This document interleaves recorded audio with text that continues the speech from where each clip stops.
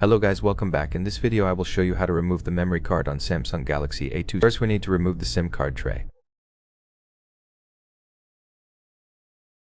The tray is located on the left side of the phone.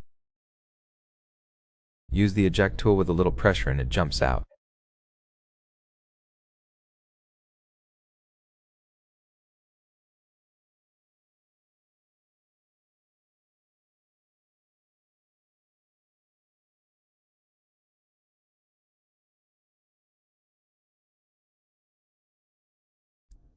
The memory card is right here. To remove it, push gently from the outside and it pops out.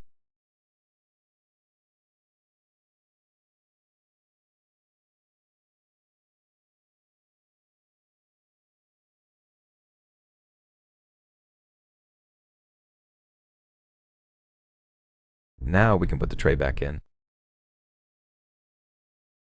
Memory card has been successfully removed. That's all for this video. Thank you all for watching.